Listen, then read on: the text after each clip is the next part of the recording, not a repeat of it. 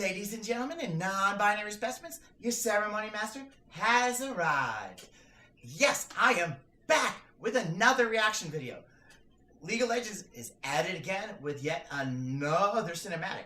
This one's called A Dark Gamit. I am reacting a little late, and trust me, it was so hard to avoid all spoilers, but I was able to. I even avoided the NetCrit videos on it, which was not easy, because NetCrit makes so many great videos and has been killing me not being able to watch it. Unfortunately, I haven't been able to get to it because of watching some dogs, and then I had some internet stuff going on, and oh dear gosh. So, now that all that's dealt with, we're going to get into that reaction video. And let's see, it's called The Dark Gamit. It's the 2025 Season 1 cinematic, which is technically the second cinematic of this season. And it's kind of the end of the season before rolling into the Season 2 stuff, which takes place in Ionia. And we will be watching that after this, so keep checking back on the channel and check out my reaction to the new cinematic that's about Ionia and the newest champion in League of Legends.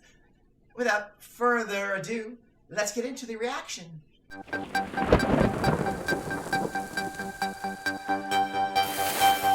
am so excited. I am tired of trying to put this off and avoiding the spoilers on the internet, because trust me, avoiding spoilers is not easy.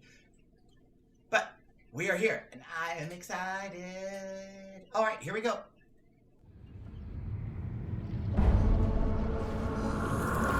Okay, boy, are we jumping right off into this. All right, so I'm sorry to pause so quick, but all right. I already know Necro's going to go into this in his video, but we are going to react to that after this one. But what we're looking here, this is Arcane's helmet, the helmet that his soul was bound to. We can see Vladimir here in the background as well. What's been going on in this story is we've seen some of the comics, the anime comics, where LeBlanc, has been tracking the stuff down. You see her planting the helmet. They made a mini game, which I unfortunately didn't really play that much of, but I did watch a video that has all of the cutscenes from that game, and it ends with you finding out that the person you talk to the whole time is LeBlanc, talking with basically Arcane as she's trying to bind his soul. And then she plants the helmet down and demands that Arcane tell her where the darkened weapon is. So this is following exactly right from that moment. So kind of where the end of the comic is, that moment where she's binding, and this looks like it's going right into that. Oh, this is so exciting. The lore, the juicy lore.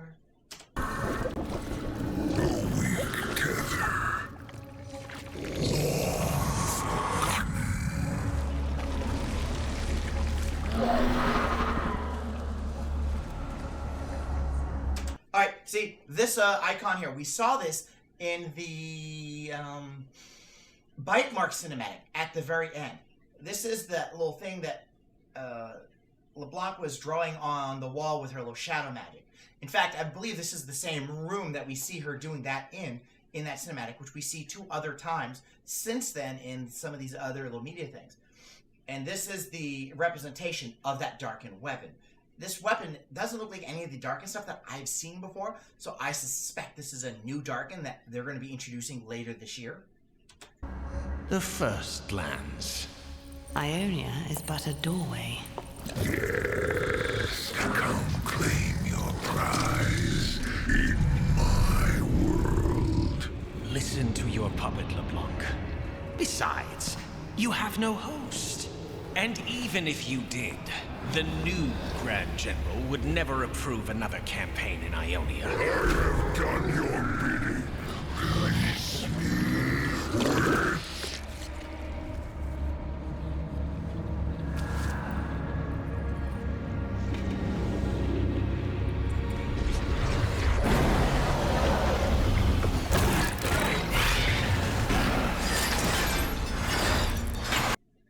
Oh, okay. So, again, we've been building up towards this whole moving into Ionia. So, Ionia was invaded multiple times by Noxus. Yeah, So yeah, they were invaded multiple times by Noxus. And with that, she had a lot of getting into manipulating, trying to get these things going on. We do know that in the lore, Noxus does invade Ionia again. And that's where Swain goes in and loses his hand, where he makes the pact with the Demon Seekers. That's when shortly afterwards, Baron Darkwill gets dethroned as well. And with that, the new ruler of Noxus takes over, gets rid of the ruling position and creates the, I believe it's called like the Triumphix. It's a 3-person ruling council made up of, let's see, Darius, I'm having a brain fart. Oh my god, how am I forgetting the names? How am I forgetting the names? Well, once I post it up, somebody will respond, or I'll throw it in my little editor's notes in the little black box below later. Yeah, so let's kind of continue on. So, Octagon here, it looks like she whispered something. She's probably telling that Octagon, fuck you, I'm not letting you go, you're my weapon now. Because let's be honest, that's the kind of thing LeBlanc would do. She's not going to give up a powerful weapon. So, yeah, we'll see.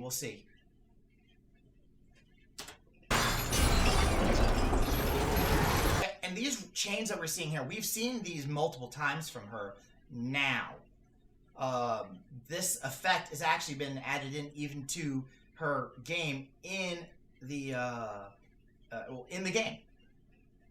I really do like this. There's 2 versions of her chains. There's this gold version, and then these beautiful red chains. Losing our host was an unfortunate turn.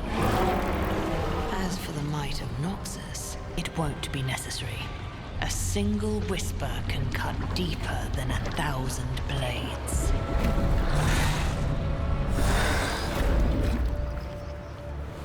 To Ionia, then.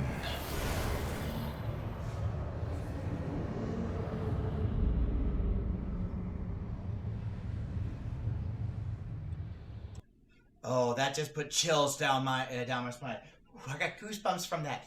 To Ionia, then. There is going to be a war between Ionia and Noxus. That is going to happen. It hasn't happened yet, I believe. So in the lore, the second Ionia invasion, it said this is where all Swain loses the arm. Jericho Swain, he's the new ruler of Noxus. Oh my gosh. Why did it take me so long to get to that point? Oh my god. I even talked about him a moment ago. Alright, so that's when Master Yi's village gets wiped off the planet. Yasuo gets blamed for the death of his family. That's where Riven breaks her sword and leaves Noxus. That's when, let's see, what else is there? God, there's so much stuff. That's where Singe gets involved. It makes chemical weapons that destroy massive swaths of Ionia. So, like, there's a lot that's gotta happen. And LeBlanc is gonna probably eventually have to push into this. So they're not gonna get as far as they're wanting, because we already know that she was behind Baron Darkwill's being convinced to invade Ionia. So we just got to see how that's gonna work. But then again, I might be a little confused on this timeline, because Vladimir just said the new Grand General won't be started. Is he talking? Is Swain already taken over? I mean, that already happened? I don't know. With the introduction of the new Arcaneverse, it is making the timeline a little bit. Where are we in the timeline? But yeah, what I've come to understand is we're before the Ionian invasion, but we might be after, based on what he just said. I don't know, and I bet you NetCrit is going to go into depth on this. But yeah, that was, oh God, I love it. Alright, so let's move on from that to Netcrit's video. Yay! Our favorite pajama bottom hat wearing guy. Let's get into watching what he's going to go into, because he's going to break it down in way more details than I usually can. Nobody knows more about League of Legends lore than Netcrit. I watch his videos to learn some of the lore sometimes when I can't remember stuff. And I am constantly reading the League of Legends lore. In fact, I'm even working on developing a D&D 5th edition module for allowing you to play on Runeterra with new character classes and races and everything. And I am super excited to get this, to get that going, because who would want to play a character in Piltover? So let's check out what Netcrit has to say about that video. And I am super excited for this, because again, he is amazing. He's amazing. Yes. All right. So here he goes. You know, I could really turn this into half an hour long video if I wanted to, but I value your time, so I'm only gonna increase it tenfold. I do love how, like, people are like, know that he's gonna post a video within like an hour or two of the videos coming out on League of Legends channel. What kills me is, like, I try to pay attention. I try to know when these videos are coming out, but like I usually won't find out until like the day of. This man knows well. It's like, he is so connected. He is so connected to know when stuff's coming out. And he live streams it live. I wish I could do that, but these things always come out when I'm at work. So, let's all be honest here, Riot cooked. It doesn't matter if you are a fan of League of Legends, it doesn't matter if you are a fan of Arcane, that cinematic was great. It really was. So usually when they do these cinematics, they make these like musical videos kind of thing. But this one was just like straight story, straight lore. And at this point, I'm not sure what's cooler, the fact that we are constantly getting high-quality cinematics, or the fact that this is Fortige who is doing this. Meaning that all of this is aligning with Arcane. And that's true, like, I love Fortige's style. They did such a great job with them. let me tell you, you really think we are not gonna connect this to Arcane? Because even though we are taking a cinematic that is a bit less than 2 minutes long, yeah, it was a 144. Truth is, this cinematic is just one big tease. As well as a tease for the next season. As well as possibly a tease for the next champion. And so... Yeah, so everyone, like, including myself, thought this new champion we're going to be getting is a Darkin. But I don't believe it's a Darkin now, based on what I've seen. As much as I've tried to avoid spoilers, it is so hard. And I have seen stuff about the new champion, and I don't think she's a Darkin. I know we will be getting a Darkin, probably, because of everything we're getting. So, you know what, let's just get into all of that. The cinematic begins with Atakan's helmet on a pedestal. But you can already see that it is missing Mordekaiser's runes, which were previously present in the comics. See, there's the comic. That's one of the ones I was talking about. That's the comic where, at the very end, you see LeBlanc with the helmet. She plants it down. And that is, of course, because with Mordekaiser being gone, or at least banished for now, LeBlanc... Yeah, mostly for now. That mofo is hard to get rid of, and we know he's coming back. took the item that bound this demon, that being the helmet, and she bound it to her own will. In fact, that is what all the black goop is about. Atakan is still technically bound to the helmet. It is just LeBlanc who owns it now. Now, the chances are that a lot of people watching this video will not have the context of all the other lore we covered. So let me quickly bring you up to speed. You see, from the very first cinematic... This is the cinematic called Bite Marks, when I was talking about it earlier. We got right after Arcane, for the beginning of the Noxian season. There was a whole new storyline that started developing. If you go back to that first cinematic, you can see that LeBlanc is looking at something powerful on a wall. You see, there it is. The exact thing I just mentioned. This is when she was doing her little, like, woo thing, and this formed, which is this, like, kind of marker for this Darkin, which I'm excited for. Speaking of LeBlanc, I kind of like the old LeBlanc, and when they started this new VC, like, we see her looking like this in the Arcane style, I was like, I don't know how I feel about it. but I'm not gonna lie, it's starting to grow on me. I am liking it more and more as we go on.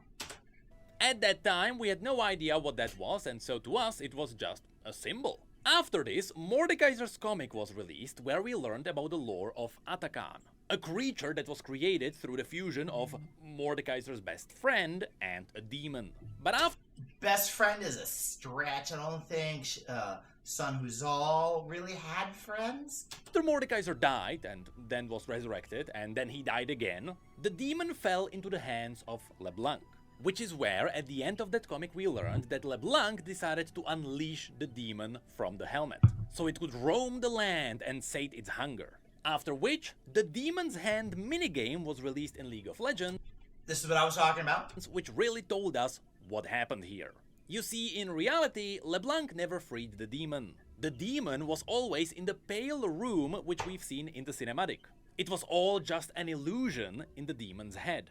And LeBlanc did all of this because she wanted to evoke the demon's memories. Through these memories, she could learn more about Mordekaiser's fall, she could learn more about the dark magic Mordekaiser was studying, she could even learn about the magical process of binding people to items and demons, but mainly she wanted to evoke the demon's memories to suppress the human side. Because again, as a reminder, Atakan is the merging of Mordekaiser's general and a demon.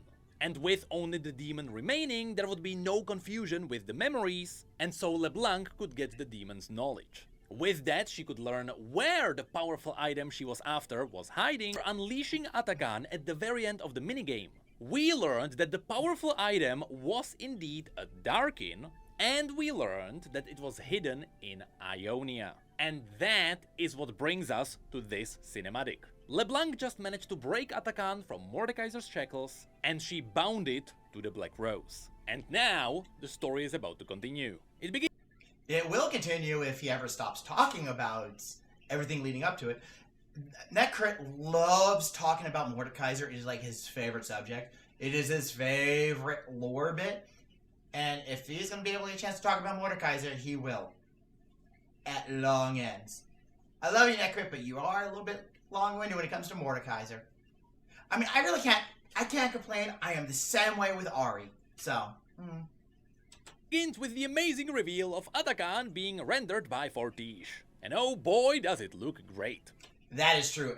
Atakan does look great. Again, if you are wondering why Atakan has human hands, it's not because he would be trying to mimic humans like other demons who lure them. Instead, in this case, it's because those hands actually belong to Katashli, who used to be Mordekaiser's general. But then, when Atakan steps back from the wall, the shot reveals the Darkin. Now first, during this shot, you can see all of those pink petals flying in.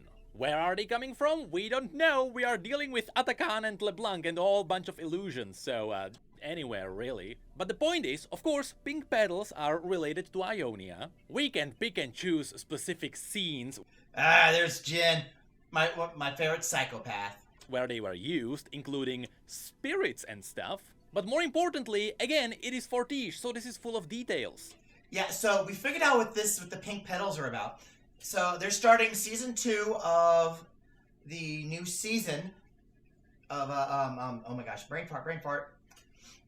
Season 2 of League of Legends is themed around the Spirit Blossom Festival. And the Spirit Blossom Festival is very cherry blossom encoded.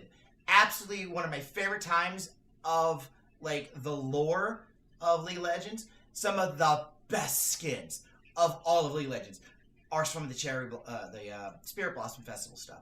I love this this whole thing, and that's what they're starting off with.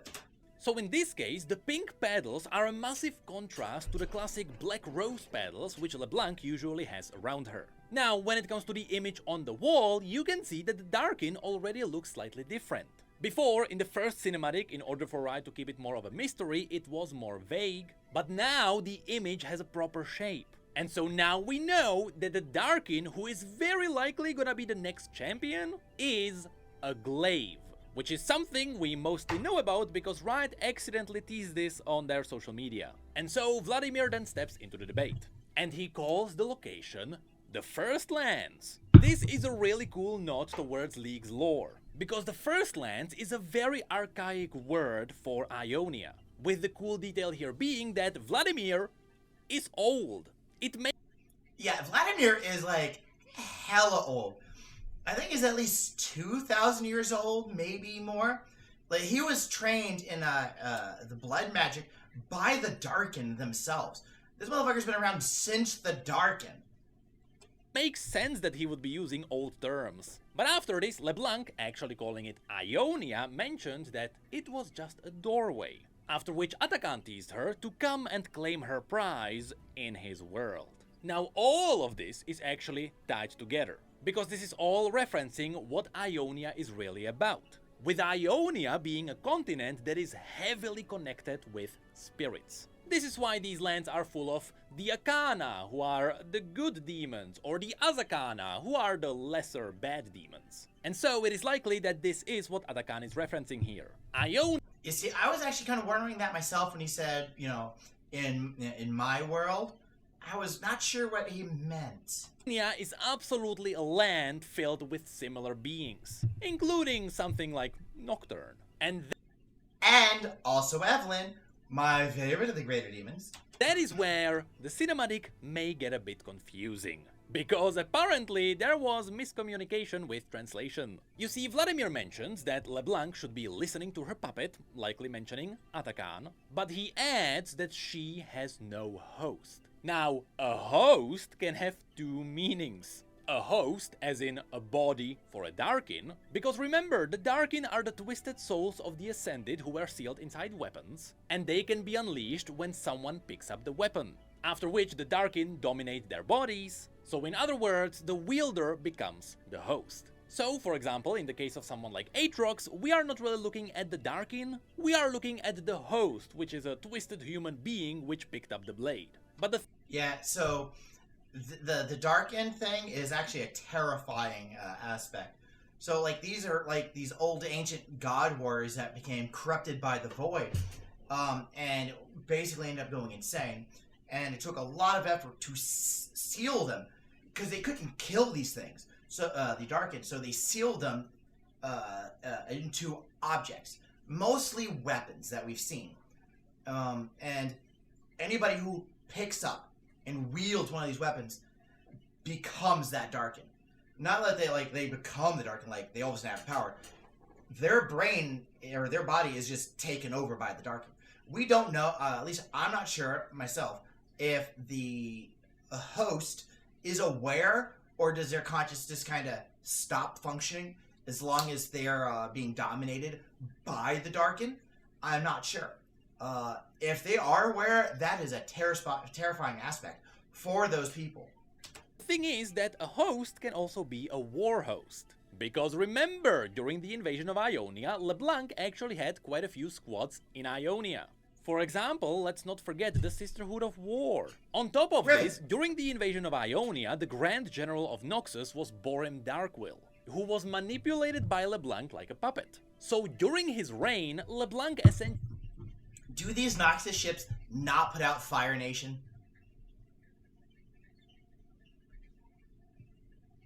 So, she's not trying to make one. She's after finding one.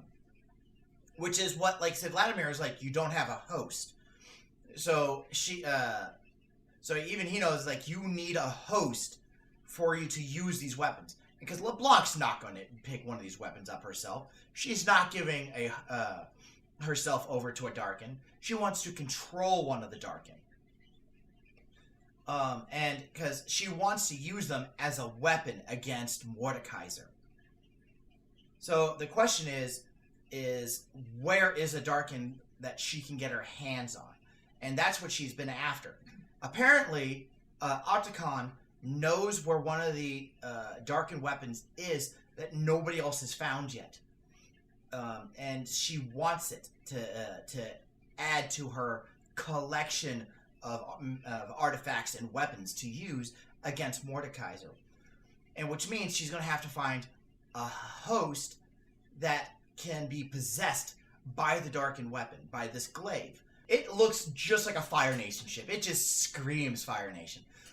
That's just Noxus for you. They gotta be warlike and terrifying. But Noxus always has some cool ships. They do. They really do. Even their sailing ships look awesome.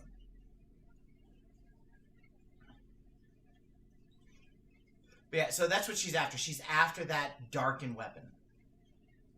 Essentially owned the entire Noxian army. The problem is then that when this cinematic was translated into different languages, some languages used host as in a body, and other languages called it a war host. So now we're not exactly sure which one of these this is. Though I'm gonna assume that it is actually talking about a body, as in a host for a Darkin. In the entire context of this cinematic, that would make sense. Although there is another thing that could be mentioned. In the latest story which LeBlanc got, and I know, it's crazy, we actually got a new story.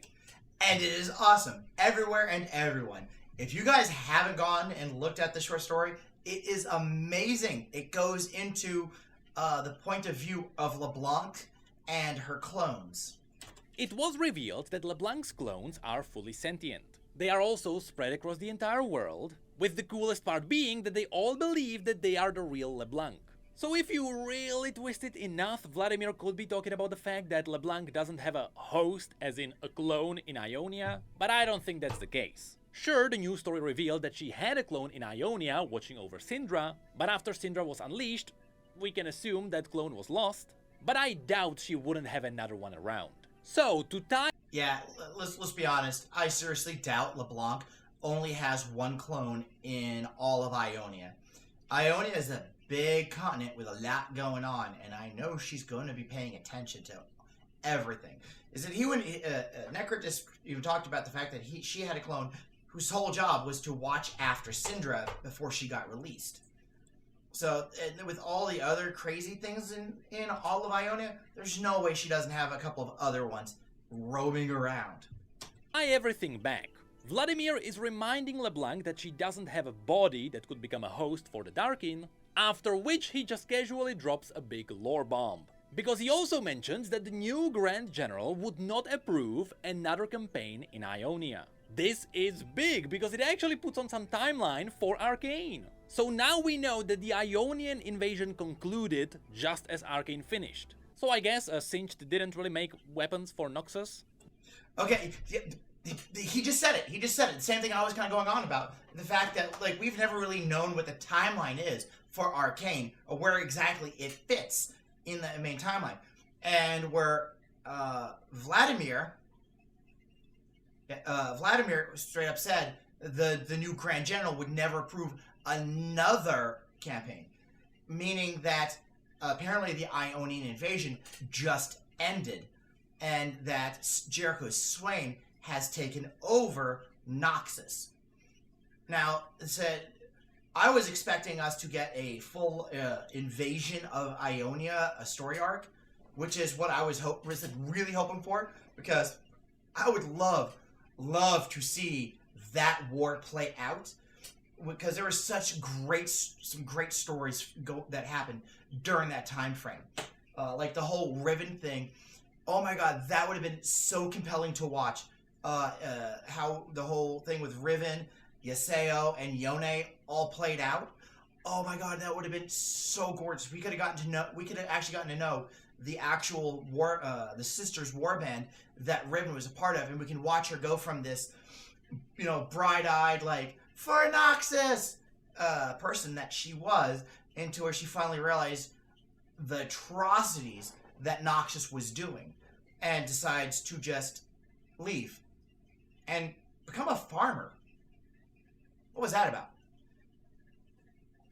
Which also means that the Noxian invasion of Ionia likely happened during the first act of Arcane. And so after Arcane was done, Swain came back from the invasion of Ionia, he killed Borem Darkwill, and now Swain is the new leader of Noxus. Yeah, so this is Swain, and you see like in this image where he's only got this like glowing hand, because in Ionia he has his arm cut off, and he makes a deal with the Demon of Secrets, who gives him basically this demonic hand and the ability to see through secrets. At the end of Arcane, spoiler alert,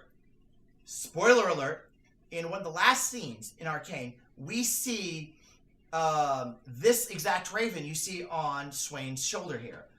This three-eyed raven. Well, technically it's six-eyed, three on each side. When Jace's hammer is sitting there and breaks apart, we see a raven land and peck at the corrupted hextech crystal that's inside of it. And then, you will also see it blink, and all of the eyes are visible. This is the Demon of Secrets.